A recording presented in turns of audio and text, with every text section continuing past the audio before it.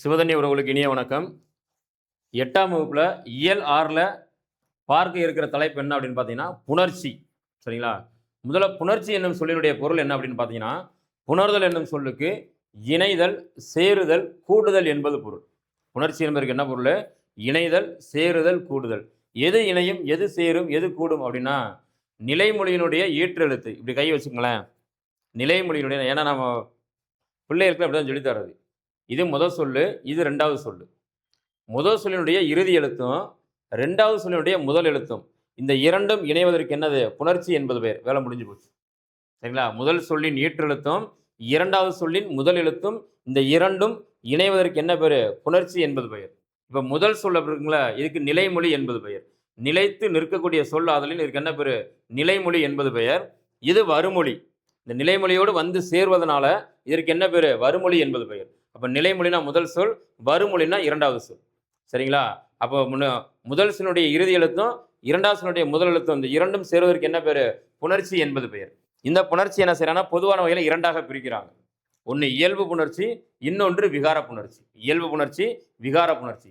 இயல்பு புணர்ச்சி என்றால் என்ன அப்படின்னு பார்த்தீங்கன்னா, 2 சொற்கள் சேர்கின்ற பொழுது இடையில எவ்விதமான மாற்றங்களும் நிகழாமல் இயல்பாக புணர்ந்தால் அது இயல்பு புணர்ச்சி. சரிங்களா? 2 சொற்கள் சேருகின்ற பொழுது இடையில எந்த விதமான மாற்றமும் இல்லாமல் 2 சொற்களும் இயல்பாக புணர்ந்தால் அதற்கு என்ன பேரு? இயல்பு புணர்ச்சி என்பது பெயர். சரிங்களா? இப்ப தமிழ் கூட்டல் மொழி இந்த சொல்ல என்ன செய்யறோம்? நம்ம சேர்க்கிறோம். தமிழ் கூட்டல் மொழி அப்படின்னு என்ன செய்யறோம்? இந்த சொல்ல சேர்க்கின்றோம். சேர்க்கின்ற பொழுது தமிழ் மொழி என்று புணரும். அப்ப இந்த 2 சொல் சேர்க்கின்ற பொழுது இடையில என்ன செய்யல? எந்த விதமான மாற்றங்களும் என்ன செய்யல? ஏற்படல. அதனால என்ன சொல்றோம் நம்ம? இயல்பு புணர்ச்சி அப்படின்னு சொல்றோம். இப்ப விகார புணர்ச்சி அப்படின்னா அப்படி இல்லை. விகாரம் என்னும் சொல்லுக்கு வேறுபாடு, மாறுபாடு என்பது பொருள். 2 சொற்கள் சேர்கின்ற பொழுது இடையில் ஏற்படக்கூடிய இந்த வேறுபாடுகளுக்கு, மாறுபாடுகளுக்கு என்ன பொருள்? விகாரம் என்பது பொருள். சரி, அப்ப விகாரம் எத்தனை வகைப்படும் அப்படின்னா 3 வகைப்படும். தோன்றல் விகாரம், திரிதல் விகாரம், கெடுதல் விகாரம். 2 சொற்கள் சேர்கின்ற பொழுது புதிதாக ஒரு எழுத்து தோன்றினால் அது தோன்றல் விகாரம். பள்ளிக்கு கூட்டல் சென்றான், பள்ளிக்குச் சென்றான். சேர்த்து எழுதும்போது ஒரு இச்சு என்ன செய்த இடையில தோன்றுது. சரிங்களா? பாடத்தை கூட்டல் படித்தான், பாடத்தை படித்தான். இப்ப என்ன செய்த இடையில சேர்கின்றது. இது போல 2 சொற்கள் சேர்கின்ற பொழுது ஒரு எழுத்து புதிதாக தோன்றினால் அது தோன்றல் விகாரம். சரிங்களா? 2 சொற்கள் சேர்கின்ற பொழுது ஒரு எழுத்து கடைசி எழுத்து, அதாவது நிலைமொழி நீட்டு எழுத்து, இன்னொரு எழுத்தாக திரிந்தால் அது திரிதல் விகாரம். உதாரணத்திற்கு மண்பாண்டம் அப்படின்னு ஒரு சொல்லு, அதை நம்ம எப்படி பிரிச்சு எழுதுறோம்? மண் குட்டல் பாண்டம் பிரிகிறோம். சேர்த்து எழுதும்போது மட்பாண்டம்னு எழுதுவோம். அப்ப நகரம் என்ன செய்யுது? டகரமாக திரிந்திருக்கிறது. இன்னும் எளிமையா சொல்லணும் அப்படின்னா, பல் குட்டல் பொடி சேர்த்து எழுதுகின்ற பொழுது பற்பொடி அப்படின்னு மாறும். அப்ப லகரம் என்ன செய்யுது? ரகரமாக, வல்லின ரகரமாக என்ன செய்யுது? திரிகின்றது. ஒரு எழுத்து பிரிதோர் எழுத்தாக திரிந்தால் அது திரிதல் விகாரம். கல் குட்டல் சிலை கற்சிலை, இல் என்ன செய்து? இர்ராக மாறுகின்றது. அடுத்து கெடுதல் விகாரம் என்பது என்ன அப்படின்னா, ஒரு எழுத்தை முழுமையா கெட்டுரும். சரிங்களா? மரம் கூட்டல் வேர், மரவேர், என்ன செய்து? கெடுது. சரிங்களா? நாட்டியம் கூட்டல் கலை, நாட்டிய கலை, என்ன செய்து? கெடுது. ஒரு எழுத்தை என்ன செய்து? கெடுகின்றது. இதெல்லாம் என்னது? கெடுதல் விகாரம். இவ்வளவுதான் பாடமே, முடிஞ்சு வச்சு பாடம். இப்ப புத்தகத்துல என்ன இருக்குங்கிறத என்ன செய்யறேன்? நான் உங்களுக்கு வாசித்து ஒவ்வொன்றும் சொல்லுவோம். பாடம் முடிஞ்சு அவ்வளவுதான். இயல்பு புணர்ச்சி, விகார புணர்ச்சி இவ்வளவுதான். ரைட். இப்ப புத்தகத்துல என்ன கொடுத்திருக்காங்க அப்படின்னு பார்க்க போறோம். புணர்ச்சி. புணர்ச்சி என்பதற்கு என்ன பொருள் சொன்னேன்? சேருதல், இணைதல், சேருதல், கூடுதல். புணர்தல் அப்படின்னா இணைதல், சேருதல்,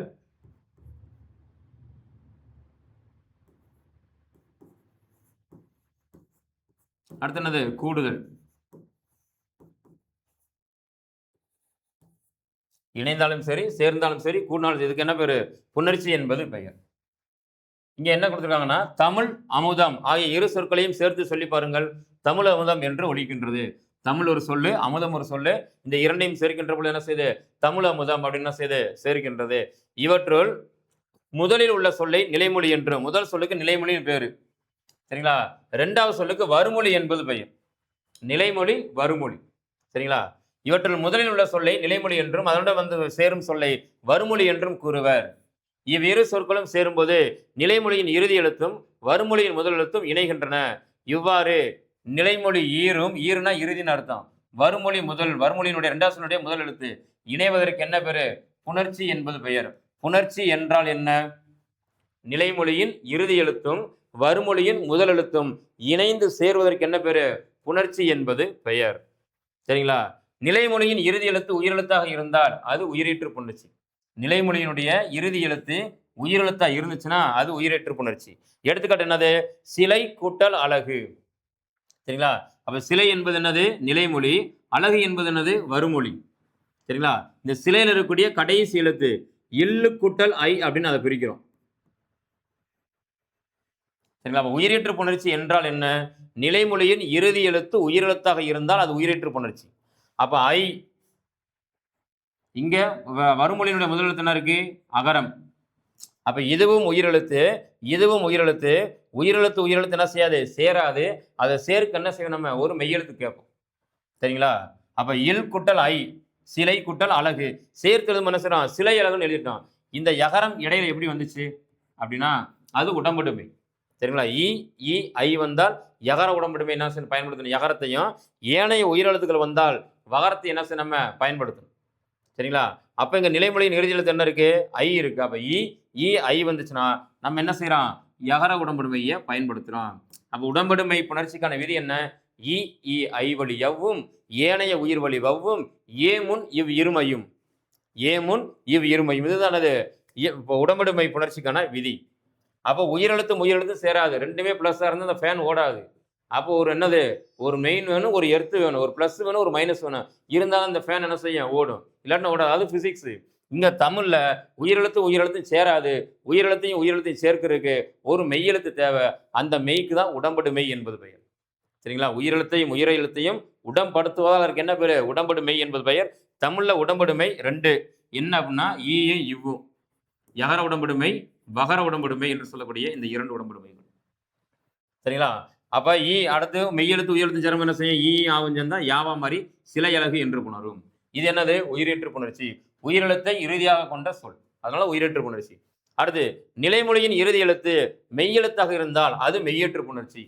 நிலைமொழியினுடைய இறுதி எழுத்து மெய்யெழுத்தாக இருந்தால் அது என்னது? மெய்யீற்று புணர்ச்சி. ஈர்னா இறுதின்னு அர்த்தம். சரிங்களா? இப்ப நிலைமொழியிலிருந்து முதல் சொல்லு. சரிங்களா? மண் குட்டல் அழகு. எப்படி மண் அழகுன்னு சேர்ந்துச்சு? மண் குட்டல் அழகு மணலகுன்னு சேரணும். இன்னும் ஆவும் சேர்ந்தா நான். அப்ப எப்படி வரணும்? மணலகுன்னு வரணும். எப்படி மண் அழகுன்னு வந்துச்சு அப்படின்னா அதற்கு என்ன தேவை? இலக்கண விதிகள் தேவை. சரிங்களா? அப்ப இது என்னது? மெய்யீற்று புணர்ச்சி. மண் குட்டல் அழகுன்னு என்ன செய்யறாங்க? சேர்க்கிறாங்க. சேர்க்கும்போது என்ன செய்யுது? மண்ணழகு என்று மாறுது. சரிங்களா? எப்படி இது மாறுச்சு அப்படின்னா தனி குறில் முன் ஒற்று உயிர் வரின் இரட்டிக்கும். தனி குறில் எழுத்துக்கு முன்னால ஒரு ஒற்றெழுத்து வந்து 2வது முதல் எழுத்து உயிரெழுத்தா இருந்துச்சுன்னா இந்த ஒற்றெழுத்து என்ன செய்யும்? இரட்டிக்கும். சரிங்களா? தனி குறில் முன் ஒற்று உயிர் வரின் இரட்டிக்கும். இரட்டித்து அடுத்து என்ன செய்யும்? இந்த மெய்யெழுத்து இந்த உயிரெழுத்து சேர்றதுக்கு ஒரு விதி. எல்லாத்துக்கும் ஒரே விதி தான். மெய்யெழுத்து உயிரெழுத்து சேர்றதுக்கு ஒரே விதி தான். உடல் மேல் உயிர் வந்து ஒன்றுவது இயல்பு. இந்த விதியை நல்லா என்ன செய்யுங்க? நினைவில் வைத்துக் கொள்ளுங்கள். அப்ப இன்குட்டல் என்ன செய்யும்? நாவ மாதிரி மண்ணழகு என்று புணரும். தனி குறில் முன் ஒற்று உயிர் வரின் இரட்டும். அடுத்து உடல் மேல் உயிர் வந்து ஒன்றுவது இயல்பு. 2 விதி.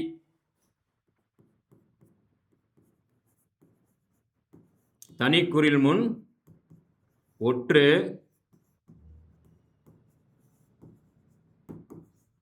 ஒற்றுனா மெய்யெழுத்து உயிர் வரின் இரட்டும். உயிரெழுத்து வந்து என்ன செய்யாது? இரட்டிக்கும். 2வது முதல் எழுத்து உயிரெழுத்தாக இருந்தால் உயிர் வரின் இரட்டும்.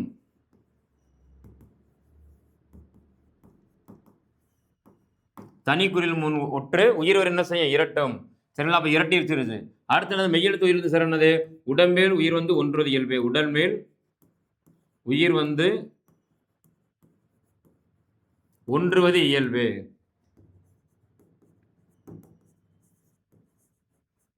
ஒன்றுவது இயல்பு.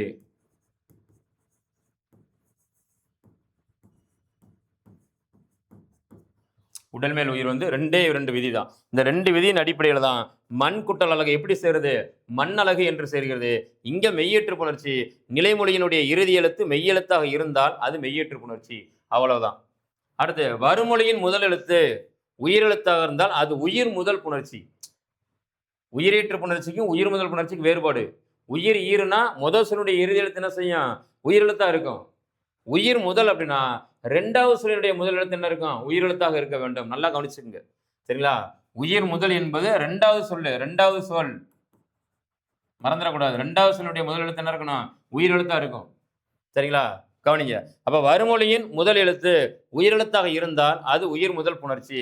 எடுத்துக்காட்டு பொன் குட்டல் உண்டு. 2வது சொல்லுடைய முதல் எழுத்து என்னது? உயிரெழுத்து. ஆகையினால் இது என்னது? உயிர் முதல் புணர்ச்சி. அப்புறம் பொன் குட்டல் உண்டு, பொன்னுண்டுன்னு எப்படி சேர்ந்துச்சு அப்படின்னா இதே விதிதான். தனிக்குறில் முன் ஒற்று உயிர் வரி இரட்டிக்கும். அடுத்து உடல் மேல் உயிர் வந்து ஒன்றுவது இயல்பு. இன்குட்டல் என்ன செய்யும்? நூவா மாதிரி பொன்னுண்டு என்று என்ன செய்யும்? மாறும். அவ்வளவுதான். சரிங்களா? அடுத்து மெய் முதல் புணர்ச்சி அப்படின்னா 2வது சொல்லுடைய முதல் எழுத்து மெய் எழுத்தாக இருக்கும். 2வது சொல்லுடைய முதல் எழுத்து என்னவா இருக்கும்? மெய் எழுத்தாக இருக்கும். வறுமொழியின் முதல் எழுத்து மெய் எழுத்தாக இருந்தால் அது மெய் முதல் புணர்ச்சி எனப்படும். எடுத்துக்காட்டு பொன் குட்டல் சிலை பொற்சிலைன்னு மாறும். சரிங்களா? அப்ப 2வது சொல்லுடைய முதல் எழுத்து என்னது? ஐயா சி உயிர்மெய் எழுத்துல இருக்குன்னு நினைக்கக்கூடாது. இந்த சியை பிரிச்சு எப்படி பிரிக்கலாம்? இச்சு குட்டல் ஈன்னு தான் பிரிப்போம். அப்ப இச்சு என்பது என்னது? மெய் எழுத்து. மெய் எழுத்தை முதலாக கொண்ட சொல்லு. சரிங்களா? அப்ப மெய் முதல் என்பது இதுதான். அப்ப வறுமொழியின் முதல் எழுத்து மெய் எழுத்தாக இருந்தால் அது என்னது? மெய் முதல் புணர்ச்சி. அப்ப பொன் குட்டல் சிலை எப்படி மாறுது? பொற்சிலை. எப்படிங்க மாறுச்சு அப்படின்னா இந்த இன் என்ன செய்யுது? நகரம் ரகரமாக திரிந்ததனால் மாறியது. விதி உண்டு. சரிங்களா? நகரம் என்ன செஞ்சிருக்கு? ரகரமாக திரிதல் விகாரம். கல் குட்டல் சிலை கற்சிலை. சரிங்களா? மண் குண்டல் பாட்டம் மண் குண்டல் பாண்டம் மட்பாண்டம். அப்படி என்ன செய்யுது? ஒரு எழுத்து இன்னொரு எழுத்தாக திரிந்தால் அது என்னது? திரிதல் விகாரம். இங்க இன்னும் என்ன செய்யுது? இறாக திரிந்திருக்கு. அதனால பொன் குட்டல் சிலை என்னது? பொற்சிலை. அடுத்து இயல்பு புணர்ச்சி விகார புணர்ச்சி. இப்போ உயிரீற்று புணர்ச்சி பார்த்தோம், மெய்யீற்று புணர்ச்சி பார்த்தோம், உயிர் முதல் புணர்ச்சி பார்த்தோம், மெய் முதல் புணர்ச்சி பார்த்தோம். அடுத்து என்ன பார்க்க போறோம் அப்படின்னா இயல்பு புணர்ச்சியும் விகார புணர்ச்சியும் பார்க்க போறோம். இயல்பு புணர்ச்சியும் விகார புணர்ச்சி என்ன செய்ய போறோம்? பார்க்க இருக்கு. அப்ப இயல்பு புணர்ச்சி என்றால் என்ன? நிலைமொழியும் வறுமொழியும் இணைகின்ற பொழுது எவ்வித மாற்றமும் இன்றி இணைவது இயல்பு புணர்ச்சி ஆகும். எடுத்துக்காட்டு தாய் கூட்டல் மொழி 2 சொல்லு சேரும்போது தாய்மொழி. ஏதாவது மாற்றம் இருக்கா? ஒண்ணுமே இல்லை. 2 சொல் அப்படி என்ன செய்யுது? இயல்பாகவே புணர்ந்து இருக்கிறது. ஆகையினால் அது இயல்பு புணர்ச்சி. சரிங்களா? கனி கூட்டல் மொழி கனிமொழி. கனி கூட்டல் மொழி கனிமொழி. தாய் கூட்டல் மொழி தாய்மொழி. இதுல என்ன செய்யல? மணி கூட்டல் மொழி மணிமொழி. எங்கேயும் என்ன செய்யல? எந்தவித மாற்றம் இல்லை. 2 சொல் இயல்பாக என்ன செய்து சேருகின்றது. அப்படி இரு சொல் எவ்வித மாற்றமும் இன்றி சேர்ந்தால் அதற்கு என்ன பேரு? இயல்பு புணர்ச்சி என்பது பெயர். இப்ப நிலைமொழி வறுமொழி இது குழப்பவே வேணாம். நிலைமொழினா முதல் சொல்லு, வறுமொழினா 2வது சொல். அவ்வளவுதான். வந்து சேரக்கூடிய சொல்லுன்னு அர்த்தம். இந்த சொல்லனால நீங்க என்ன செய்யணும்? குழம்பிடணும். மொழினா சொல்லுன்னு அர்த்தம். நிலைத்திருக்கக்கூடிய சொல்லு வருகின்ற சொல் அப்படின்னு அர்த்தம். வந்து சேரக்கூடிய சொல்லுன்னு அர்த்தம். முதல் சொல் 2ஆம் சொல். அவ்வளவுதான். ரைட். அடுத்து உடல் குட்டல் ஓம்பல். சரிங்களா? எப்படி மாறுது? உடல் ஓம்பல் இல் குட்டல் என்ன செய்யுது? லோவாக மாறி உடல் ஓம்பல். ஒரு மெய்யெழுத்தும் உயிரெழுத்தும் சேருவதற்கு என்ன விதி சொன்னேன்? உடல் மேல் உயிர் வந்து ஒன்றுவது இயல்பே. உடல் மேல் உயிர் வந்து ஒன்றுவது இயல்பு என்ன செஞ்சோம்? ஒரு விதி பார்த்தோம். அந்த அடிப்படையில் உடல் குட்டல் ஓம்பல் எப்படி சேருது? உடல் ஓம்பல் இங்க இல் குட்டல் ஓ இணைந்து லோ என்னும் உயிர்மை எழுத்து ஆயிற்று. புதிய எழுத்து எதுவும் என்ன செய்யல? தோன்றவோ திரியவோ இல்லை. ஆகையினால் இது என்னதுதான்? இயல்பு புணர்ச்சி தான்.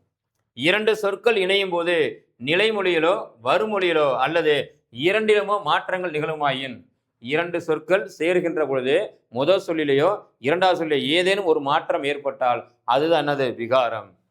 சரிங்களா? 2 சொற்கள் இணையும் போது நிலைமொழியிலோ வறுமொழியிலோ அல்லது இரண்டிலுமோ மாற்றங்கள் நிகழுமாயின் அது விகார புணர்ச்சி எனப்படும். விகார புணர்ச்சி தோன்றல், திரிதல், கெடுதல் என 3 வகைப்படும். வினா கேட்கலாம். விகார புணர்ச்சி எத்தனை வகைப்படும் அப்படின்னா 3 வகைப்படும். விகார புணர்ச்சி எத்தனை வகைப்படும்? 3 வகைப்படும். 2 சொற்கள் இணையும் போது நிலைமொழியிலோ வறுமொழியிலோ அல்லது இரண்டிலுமோ மாற்றங்கள் நிகழுமாயின் அது என்ன அப்படின்னு கேட்டாங்கன்னா விகார புணர்ச்சி. சரிங்களா? ரைட்.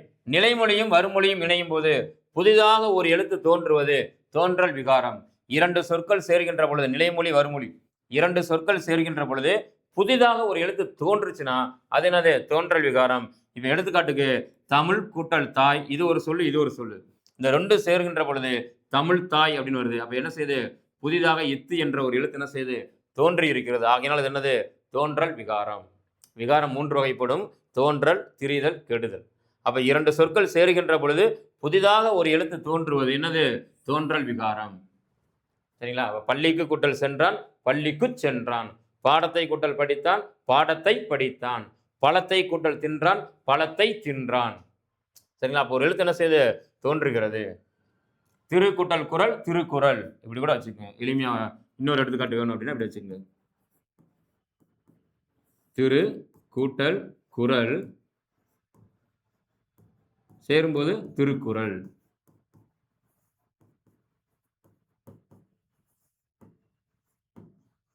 அவ்வளவுதான்.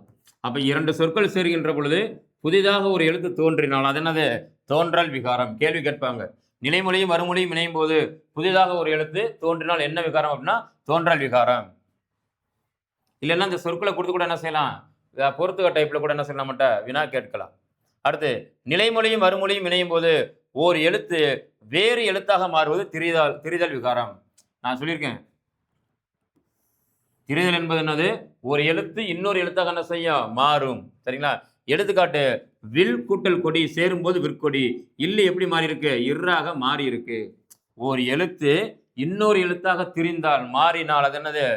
திரிதல் விகாரம். தோன்றல் என்பது என்னது? இரண்டு சொற்கள் சேருகின்ற பொழுது புதிதாக ஒரு எழுத்து தோன்றுவது. திரிதல்னா என்ன? இரண்டு சொற்கள் சேர்கின்ற பொழுது ஒரு எழுத்து என்ன செய்யும்? இன்னொரு எழுத்தாக திரியும்.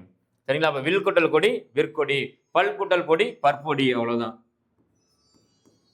பல் கூட்டல் பொடி எப்படி சேரும்? பற்பொடி அப்படின்னு சேரும். சரிங்களா? அப்ப இல்ல என்ன செய்யுது? இர்ராக திரிந்திருக்கு. இப்படி ஒரு எழுத்து இன்னொரு எழுத்தாக திரிந்தால் அது என்னது? திரிதல் விகாரம். அடுத்து மூன்றாவது கெடுதல் விகாரம். சரிங்களா? நிலைமொழியும் வறுமொழியும் இணையும் போது ஓர் எழுத்து மறைவது. மறைதல் மீன்ஸ் கெடுதல். ஓர் எழுத்து மறைவது என்னது? கெடுதல் ஆகும். கெடுதல் விகாரம் ஆகும். எடுத்துக்காட்டு மனம் கூட்டல் மகிழ்ச்சி சேரும்போது என்ன செய்யுது? மனமகிழ்ச்சி. முன்னால் இருக்கக்கூடிய பாடப்புத்தகத்தில் என்ன இருக்கு அப்படின்னா இந்த எடுத்துக்காட்டு கொடுத்துருப்பாங்க. எழுதுறேன். மரம் கெடுதல் புணர்ச்சினால என்ன செய்வாங்க? கெடுதல் விகாரம்னாலே இந்த எடுத்துக்காட்டு தான் பெரும்பாலும் இருக்கும். மரம் கூட்டல் வேர் மரவேர். அப்ப என்ன செய்யுது? இம் என்கின்ற இந்த இறுதி எழுத்து என்ன செய்யுது? முழுவதுமே கெட்டு போகுது. அப்ப இரண்டு சொற்கள் சேர்கின்ற பொழுது ஒரு எழுத்து மறைவது என்னது? கெடுதல் விகாரம் ஆகும். இவ்வாறு விகாரம் மூன்று வகைப்படும். அப்ப தோன்றல், திரிதல், கெடுதல்.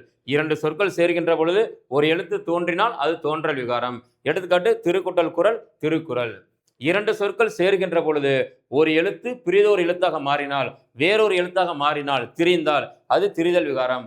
பல் கூட்டல் பொடி பற்பொடி, கல் கூட்டல் சிலை கற்சிலை. சரிங்களா? அப்ப கெடுதல் விகாரம் என்பது இரண்டு சொற்கள் சேருகின்ற பொழுது ஒரு எழுத்து முற்றிலும் கெட்டால் அல்லது மறைந்தால் அது என்னது? கெடுதல் விகாரம்.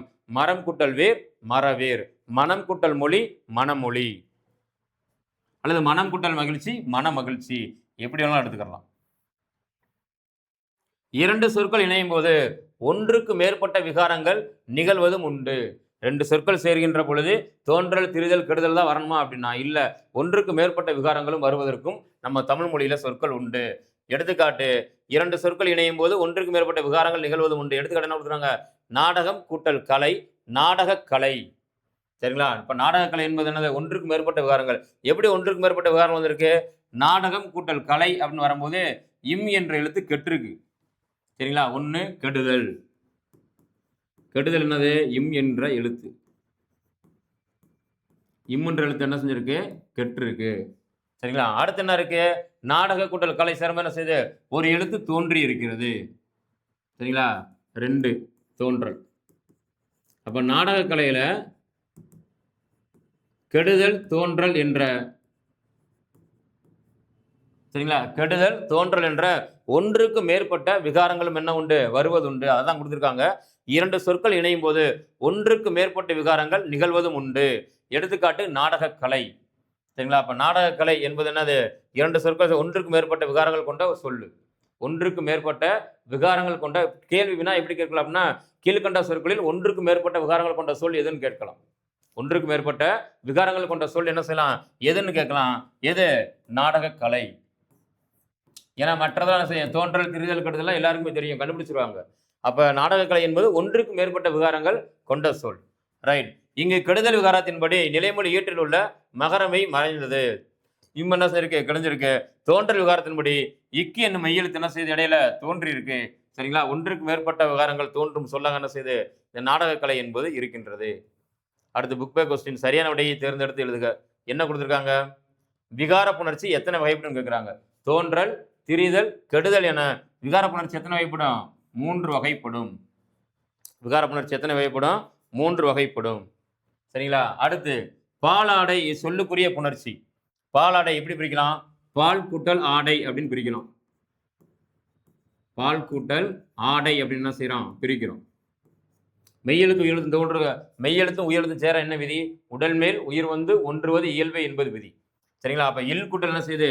ஆ சேர்ந்து லா அப்படின்னு என்ன செய்யுது? உருவாகும். மீதி எழுதுனா பாலாடை. இங்க ஏதாவது ஒரு எழுத்து தோன்றி இருக்கா? இல்ல. ஏதாவது ஒரு எழுத்து இன்னொரு எழுத்த திரிஞ்சிருக்கா? இல்ல. இல்ல ஒரு எழுத்து முழுவதும் கெட்டு இருக்கா? இல்ல. அப்ப 2 சொற்கள் இயல்பாகவே சேர்ந்திருக்கு. ஆகையினால இது என்ன புணர்ச்சி? இயல்பு புணர்ச்சி. பாலாடை என்பது என்னது? இயல்பு புணர்ச்சி. தோன்றல் புதிதா ஒரு எழுத்து தோன்றல. ஒரு எழுத்து இன்னொரு எழுத்த என்ன செய்யல? திரியல. ஒரு எழுத்து முழுவதும் என்ன செய்யல? கெடவும் இல்லை. அப்ப இயல்பாக 2 சொற்கள் என்ன செய்யுது? புணர்ந்திருக்கிறது. ஆகையினால இது என்ன புணர்ச்சி? இயல்பு புணர்ச்சி. கீழே பொருத்த கொடுத்துருக்காங்க. இதுல இருந்து என்ன செய்யலாம்? ஒரு பொருத்த கொடுத்து கூட வினாக்கள் கேட்கலாம் நம்ம கிட்ட. சரி, இந்த மாதிரி சொற்களை கொடுத்துட்டு இங்கிட்டு வேற மாதிரி கொடுத்து என்ன செய்வாங்க? வேற வேற சொற்களை கொடுப்பாங்க. சரிங்களா? இல்லை இதவே கூட என்ன செய்வாங்க? பயன்படுத்துவாங்க. கொடுத்துட்டு இங்கிட்ட என்ன செய்வாங்க? தோன்றல், இயல்பு, கெடுதல்னு விகாரத்தையும் இயல்பு உணர்ச்சி என்ன செய்யலாம்? மாற்றி மாற்றி கொடுக்கலாம். சரி, மட்பாண்டம். மட்பாண்டம் என்னது? மட்பாண்டம் எப்படி பிரிக்கலாம்? மண் கூட்டல் பாண்டம் அப்படின்னு பிரிக்கலாம்.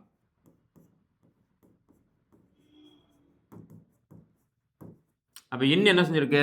இட்டாக திரிந்திருக்கு. அப்ப என்னது? மட்பாண்டம் என்பது என்னது? திரிதல் விகாரம் 1. இன்னு இட்டாக திரிஞ்சிருக்கு. அடுத்து மரவேர். அதை எப்படி சரியா பிரிச்சிருக்கணும்? மரம் கூட்டல் வேர். மரம் கூட்டல் வேர் சேர்த்து எழுதும்போது மரவேர் வந்திருக்கு. அப்ப என்ன கெட்டிருக்கு? இம் என்னும் எழுத்து கெட்டிருக்கு. அப்ப மரவேர் என்பது என்னது? கெடுதல் விகாரம் 2. இதை கூட அழிச்சு விட்டுறவா? குழப்பமா இருக்கும்.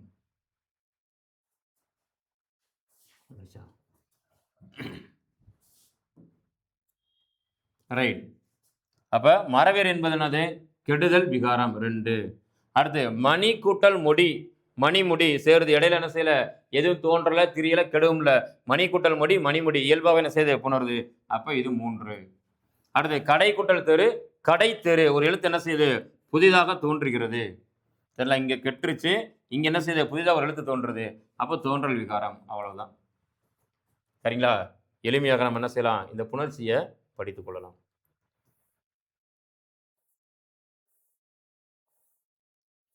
வேற எதுவும் இலக்கணம் சார்ந்து கொடுத்துருக்காங்களா அப்படின்னா,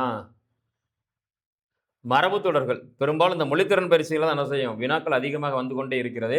இந்த மரபு தொடர் ரொம்ப முக்கியமானது. கண்டிப்பாக நீங்க எழுதி வச்சுங்க. 1 அல்லது 2 வினாக்கள் இடம்பெறும். அதிகபட்சம் 2 வினாக்கள், குறைந்தபட்சம் 1 வினாவது என்ன செய்யும்? கண்டிப்பாக இது இடம்பெறும். சரிங்களா? ஏன்னா அந்த அளவுக்கு ஒரு முக்கியமான இலக்கண பகுதி இது. மரபு தொடர்கள். மரபு தொடர்னா முதல்ல என்ன? நாம் பேச்சிலும் எழுத்திலும் சில மரபு தொடர்களை பயன்படுத்துகின்றோம். சரிங்களா? மரபுனா என்ன? நம் முன்னோர்கள் சொல்றதை இன்னைக்கு நம்மளும் என்ன செய்யறோம்? அதே மாதிரி பயன்படுத்துறோம். அதான் மரபு. வாழையடி வாழையாக பரம்பரை வரவே நம்ம என்ன செய்யறோம்? நம்ம முன்னோர்கள் என்ன சொன்னாங்களோ அது இன்னைக்கு நம்ம என்ன செய்யறோம்? பயன்படுத்திட்டு இருக்கோம். சரிங்களா? அத்தொடர்கள் நம்முடைய கருத்துக்களுக்கு வலு சேர்க்கின்றன. சில மரபு தொடர்களுக்கு நேரடி பொருள் கொள்ளாமல் அவற்றின் உட்பொருளை அறிந்து பயன்படுத்த வேண்டும். நேரடி என்ன செய்ய முடியாது? பொருள் கொள்ள முடியாது. சரிங்களா? வாழையடி வாழையாக என்னது? வாழைக்கு பின்னால வாழையா? இல்லை. அப்போ பரம்பரையாக. அப்போ மரபு தொடருக்கு என்ன செய்ய முடியாது? நேரடியாக பொருள் கொள்ள முடியாது. அதனுடைய உட்பொருளை புரிஞ்சு நம்ம என்ன செய்யணும்? பயன்படுத்த வேண்டும் அப்படின்னு சொல்றாங்க. எடுத்துக்காட்டு, திண்டுக்கல் பூக்கள் உற்பத்தியில் கொடிகட்டி பறக்கும் நகரமாக விளங்குகின்றது. அப்படின்னா இங்க கொடிகட்டி பறக்கணும். திண்டுக்கல் என்ன செய்ய மாட்டாங்க? பூக்கள் வச்ச கொடியை கட்டி பறக்க விட மாட்டாங்க. சரிங்களா? அப்ப கொடிகட்டி பறத்தல் என்பது எதை குறிக்கிறது? புகழ்பெற்று விளங்குதல் என்கின்ற பொருளை குறிக்கிறது. சரிங்களா? அப்ப திண்டுக்கல் பூக்கள் உற்பத்தியில் கொடிகட்டி பறக்கிறது. கொடிகட்டி பறக்கும் நகரமாக விளங்குகிறது அப்படின்னா இதுல இருக்கக்கூடிய இந்த கொடிகட்டி பறத்தல் அப்படிங்கிறது என்னது? மரபு தொடர். அதனுடைய பொருள் என்னது? புகழ்பெற்று விளங்குதல். பொருள் என்னது? புகழ்பெற்று. கொடிகட்டி பறத்தல்னா புகழ்பெற்று விளங்குதல். சரிங்களா? இதை கொடுத்துட்டு கண்டிப்பாக கேட்பாங்க. அவர் ஓர் அவசர கொடுக்கை. அவர் ஓர் அவசர கொடுக்கை. இப்ப அவசர கொடுக்கை என்பது என்னது? எண்ணி செயல்படாதிருத்தல். அவசர கொடுக்கை என்பது என்ன பொருளை பயன்படுத்தப்படுது? எண்ணி செயல்படாது இருத்தல் என்கின்ற பொருள் என்ன எண்ணி செயல்படாமை அந்த பொருள்ல பயன்படுது. கொஞ்சம் கூட அவர் என்ன செய்ய மாட்டாரு, யோசிச்சே செயல் பண்றாரு. கடகடன்னு என்ன செய்றாரு, செஞ்சு முடிச்சுரு. அவர் ஒரு அவசர கொடு சரியான அவசர கொடுக்குப்பா அவரு அப்படின்னுவாரு. எண்ணி செயல்படாதது. ரைட். அடுத்து பின்வரும் மரபு தொடர்களை பொருளோடு பொறுத்துக. 1000 காலத்து பயிர். 1000 காலத்து பயிர் அப்படின்னா என்ன அர்த்தம்? நீண்ட காலமாக இருப்பது. சரிங்களா? நீண்ட காலமாக இருப்பது என்ன செய்யணும்? நம்ம 1000 காலத்து பயிர் அப்படிங்கிற மரபு தொடர்ல பயன்படுத்தும். கல்லில் நார் உரித்தல். கல்ல போய் நார் உரிக்க முடியுமா? அதெல்லாம் சரியான கல்ல நார் உரிக்கிற பயலப்பா அப்படின்னு சொன்னா என்ன அர்த்தம்? இயலாத செயல். கல்ல நார் உரிக்கிறது நம்மால் இயலாத செயல். 2. அடுத்து கம்பி நீட்டுதல், ஓடிடுறது. சரிங்களா? 3 விரைந்து வெளியேறுதல். சரிங்களாப்பா? கல்லில் நார் உரித்தல் என்பது யாராலையும் முடியாத செயல். சரிங்களா? அடுத்து கம்பி நீட்டுதல் என்பது விரைந்து வெளியேறுதல், ஓடிடுறது. கூடவே இருந்தால் கம்பி நீட்டிட்டானான்னு சொல்லுவோம்ல, அதுதான். அடுத்து காணல் நீர். காணல் நீர் என்பது இருப்பது போல் தோன்றும், ஆனால் என்ன செய்யாது, இருக்காது. சரிங்களா? இது சாலைகளில் நம்ம பயணம் செய்கின்ற பொழுது தூரத்தில் தண்ணி கிடக்கிற மாதிரி இருக்கும், கிட்ட போய் பார்த்தா அது ஒன்றுமே இருக்காது. அதுதான் என்னது? காணல் நீர். இருப்பது போல் தோன்றும், ஆனால் இருக்காது. அடுத்து கண்ணை மூடிக்கொண்டு. கொஞ்சம் கூட கண் மூடித்தனமா கண்ணை மூடிட்டு செய்யாதா அப்படின்றோம்ல, கொஞ்சம் கூட ஆராய்ந்து பாராமல். கண் மூடிக்கொண்டு அப்படின்னு என்ன அர்த்தம்? ஆராய்ந்து பாராமல். கண் மூடிட்டு செய்யாரான்னு சொல்றோம்ல, அதுதான். ஆராய்ந்து பார்க்காம என்ன செய்யக்கூடாது, செய்யக்கூடாது. அப்ப இருந்து என்ன செய்யும்? கண்டிப்பாக ஒரு வினா கேட்பதற்கு வாய்ப்புகள் உண்டு. சரிங்களா? 1000 காலத்து பயிர் அப்படின்னா நீண்ட காலமாக இருப்பது. கல்லில் நார் உரித்தல் யாராலும் இயலாத செயல். கல்லில் என்ன செய்ய முடியாது, நார் உரிக்க முடியாது. அது என்ன, தேங்காயை நார் உரிக்கிறதுக்கு கல் என்ன செய்ய முடியாது, உரிக்க முடியாது. அப்ப கல்லில் நார் உரித்தல் என்பது என்னது? இயலாத செயல். சரிங்களா? கம்பி நீட்டுறது என்பது விரைந்து வெளியேறுதல், ஓடுறது. அடுத்து காணல் நீர் எப்படி இருக்கும்? இருக்கிற மாதிரி இருக்கும், ஆனா இருக்காது. கண்ணை மூடிக்கொண்டு அப்படிங்கிறது ஆராய்ந்து பாராமல் செய்யக்கூடியது. அடுத்து பின்வரும் மரபு தொடர்கள் தொடரில் அமைத்து எழுதுக. நமக்கு தொடரில் அமைத்து எழுத தேவையில்லை, இருந்தாலும் நான் சொல்லிடுறேன். வாழையடி வாழையாக அப்படின்னா பரம்பரை அப்படின்னு அர்த்தம். நாங்கள் வாழையடி வாழையாக விவசாயம் செய்து கொண்டிருக்கிறோம் அப்படி எழுதிக்கிறோம். சரிங்களா?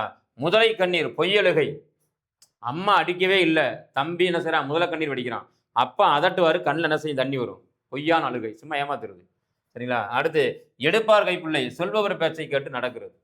சொல்பவர் பேச்சை கேட்டு நடக்கிறவர். ஜீவகோழுதி மன்னன் இருந்தான், அவன் குடிலன் என்கிற அமைச்சர், அவன் கெட்டவன். அவன் என்ன சொன்னாலும் அப்படியே நம்பி என்ன செய்யும், அதுபடி நடப்பான். அப்படி எடுப்பவர் சொல்பவர் பேச்சை என்ன செய்யக்கூடாது, கேட்டு நடக்கிறவராக இருக்கக்கூடாது. எடுப்பார் கைப்பிள்ளையாக இருக்கக்கூடாது. யார் சொன்னாலும் கேட்டு நடக்கக்கூடாது. சரிங்களா? அது என்னது? எடுப்பார் கைப்பிள்ளை. அப்ப வாழையடி வாழையாகனா பரம்பரையாக. முதலை கண்ணீர் என்பது பொய்யழுகை, பொய்யான அழுகை. எடுப்பார் கைப்பிள்ளை அப்படின்னா சொல்பவர் பேச்சை கேட்டு நடப்பவர். இதுல இருந்து என்ன செய்யும், ஏதாவது ஒன்று இந்த பகுதியிலிருந்து ஒரு வினா கேட்பாங்க. சரிங்களா? 2 அல்லது 1 அவ்வளவுதான். அடுத்து கலை சொல்லருக. நூல், த்ரெட்டு. தேர்வு முடிஞ்சுன்னா த்ரெட்டு கொடுங்க அப்படின்னு சொல்லுவோம்ல, நூல் கொடுங்கன்னு அர்த்தம். சரிங்களா? தறி, லூம் அப்படின்னா தறி என்பது பொருள். பால் பண்ணை, டெய்ரி ஃபார்ம். சரிங்களா? டெய்ரி ஃபார்ம் என்னது? பால் பண்ணை. தோல் பதனிடுதல், டேனிங். இந்த மாதிரி சொற்கள் கேட்கறதுக்கு வாய்ப்புகள் இருக்கு. ஏன்னா மற்றவங்க நம்ம என்ன செஞ்சிருவோம், ஈஸியாக கண்டுபிடிச்சிருவோம். சரிங்களா? அடுத்து ஸ்டிச்சிங் அப்படின்னா தையல், தைக்கிறதுன்னு அர்த்தம். ஸ்டிச் அப்படின்னா தைக்கிறது அப்படின்னு அர்த்தம். ஃபேக்ட்ரி எல்லாருக்கும் தெரியும், ஆலை கேட்க மாட்டாங்க. டெய்லிங் அப்படின்னா அது சாயம் ஏற்றுதல், இது கேட்கறதுக்கானது வாய்ப்புகள் அதிகம். ஆயத்த ஆடை, ரெடிமேட் ட்ரெஸ். ரெடிமேட் ட்ரெஸ் நம்ம ஓரளவு தெரிஞ்சிருப்போம். ஆயத்த ஆடைகள். சரிங்களா? ரெடிமேடு. ரைட். அப்போ இயல் 6ல் புணர்ச்சி பார்த்துருக்கோம். புணர்ச்சி என்பது இயல்பு புணர்ச்சி, விகால புணர்ச்சி அப்படின்னு பொதுவான வகையில் 2 வகைப்படும். அதை தாண்டி உயிரெழுத்தை இறுதியாக கொண்டது உயிரீற்று புணர்ச்சி, மெய்யெழுத்தை இறுதியாக கொண்டது மெய்யீற்று புணர்ச்சி. 2வது சொல்லின் முதலெழுத்து உயிரெழுத்தாக இருந்தால் அது உயிர் முதல் புணர்ச்சி. 2வது சொல்லுடைய முதல் எழுத்து மெய்யெழுத்தாக இருந்தால் அது மெய் முதல் புணர்ச்சி அப்படின்னு பார்த்தோம். அப்புறம் இயல்பு புணர்ச்சி, விகார புணர்ச்சி. 2 சொற்கள் சேர்கின்ற பொழுது எந்த விதமான மாற்றமும் இல்லாமல் இயல்பாக புணர்ந்தால் அது இயல்பு புணர்ச்சி. சரிங்களா? அதே மாதிரி 2 சொற்கள் சேர்கின்ற பொழுது ஏதேனும் மாற்றங்கள் நிகழ்ந்தால் அது விகார புணர்ச்சி. விகார புணர்ச்சி 3 வகைப்படும் அப்படின்னு பார்த்தோம். 2 சொல் சேரும்போது ஒரு எழுத்து தோன்றினால் அது தோன்றல் விகாரம். 2 சொற்கள் சேர்கின்ற பொழுது ஒரு எழுத்து பிரிதொரு எழுத்தாக திரிந்தால் அது திரிதல் விகாரம். 2 சொற்கள் சேர்கின்ற பொழுது ஒரு எழுத்து முற்றிலும் கெட்டால் அது என்னது, கெடுதல் விகாரம் என்று புணர்ச்சி என்ன செய்யுது, இந்த அடிப்படையில் என்ன செய்திருக்கு. இதை தாண்டி இன்னும் நிறைய புணர்ச்சிகள்லாம் இருக்கு. ஆனா இங்க நம்ம 8ஆம் வகுப்புக்கு இது போதும் அப்படின்னு என்ன செய்றாங்க, கொடுத்துருக்காங்க. உங்களுக்கு இது என்ன செய்யும், போதுமானதாகவே இருக்கும். அடுத்து என்ன செய்வோம், இயல் 6 முடிந்தது. இயல் 7 என்ன செய்யும், என்ன இருக்கு அப்படின்றத பார்ப்போம். சரிங்களா?